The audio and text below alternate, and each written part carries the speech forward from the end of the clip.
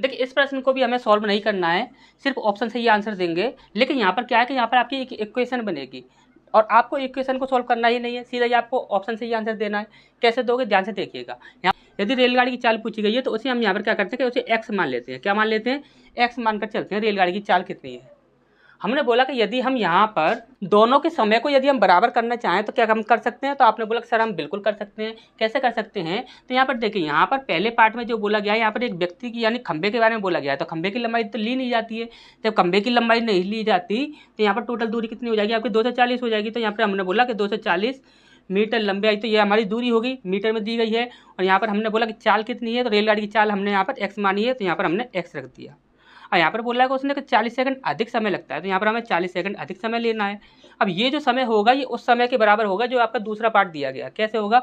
उतने ही समय में उसी गति से अपनी लंबाई की दुगनी लंबाई का प्लेटफॉर्म है उसे पार कर रहा है।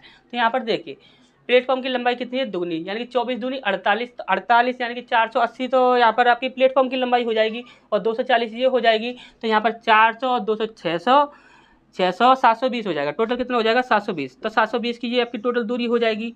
अब यहाँ पर हमने बोला था कि चाल कितनी रखेंगे, हम एक्स मानकर चलेंगे। अब हमने बोला कि यहाँ पर आपको इस इक्वेशन को सॉल्व नहीं करना है, सीधा ही आपको क्या करना है कि यहाँ पर ऑप्शन पर आ जाइए।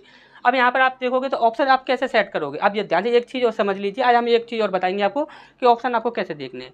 यदि आप ऑप्शन देख रहे हो तो यहाँ पर कोई भी एक संख्या ऐसी देखिए, जैसे कि आपका यहाँ पर ये 720 है, यहाँ पर आपका 24 है, यहाँ पर 240 है। तो यहाँ पर देखिए 24 को आपको यहाँ पर देखेंगे तो यहाँ पर देखिए 24 को डिवाइड करने वाली एक ये संख्या है और एक ये संख्या है। तो हमने बोला कि इन दोनों ऑप्शन को आप यहाँ पर काट दीजिए। यहाँ पर सही सही जो संख्या दिख रही होंगी उन्हें हम लेंगे सबसे पहले। तो हमने बोला कि एक संख्या तो आपकी 24 है और एक संख्या है आपकी 12 है। यदि हम सबसे पहले हम 24 को लेकर देखें तो यहाँ पर देखिए कितना हो जाएगा। यहाँ पर हो जाएगा आपका 24 0 बटे यहाँ पर 24 हम नीचे रखेंगे प्लस 40। तो यहाँ पर कितना हो रहा है आपका? यहाँ पर भी आपका 720 बटे 24। तो यहाँ पर हम देखते हैं तो 24 ये तो आपका 10 हो जाएगा, यानी कि ये हो जाएगा आपका 50 और ये आपका 50 पर डिवाइड होगा नहीं, तो यानी कि ये ऑप्शन हमारा यहाँ पर गलत हो जाएगा। ठीक, यानी कि ये ऑप्शन भी हमारा गलत हो गया।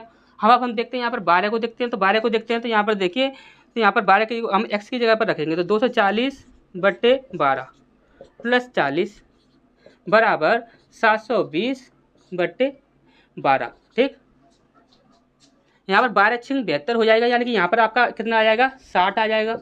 ठीक, और यहाँ पर हम देखते हैं तो 12 दूनी 24, यानी कि यहाँ पर आपका 20 आ जाएगा और 20 और 40 कितना होता है? 60 होता है।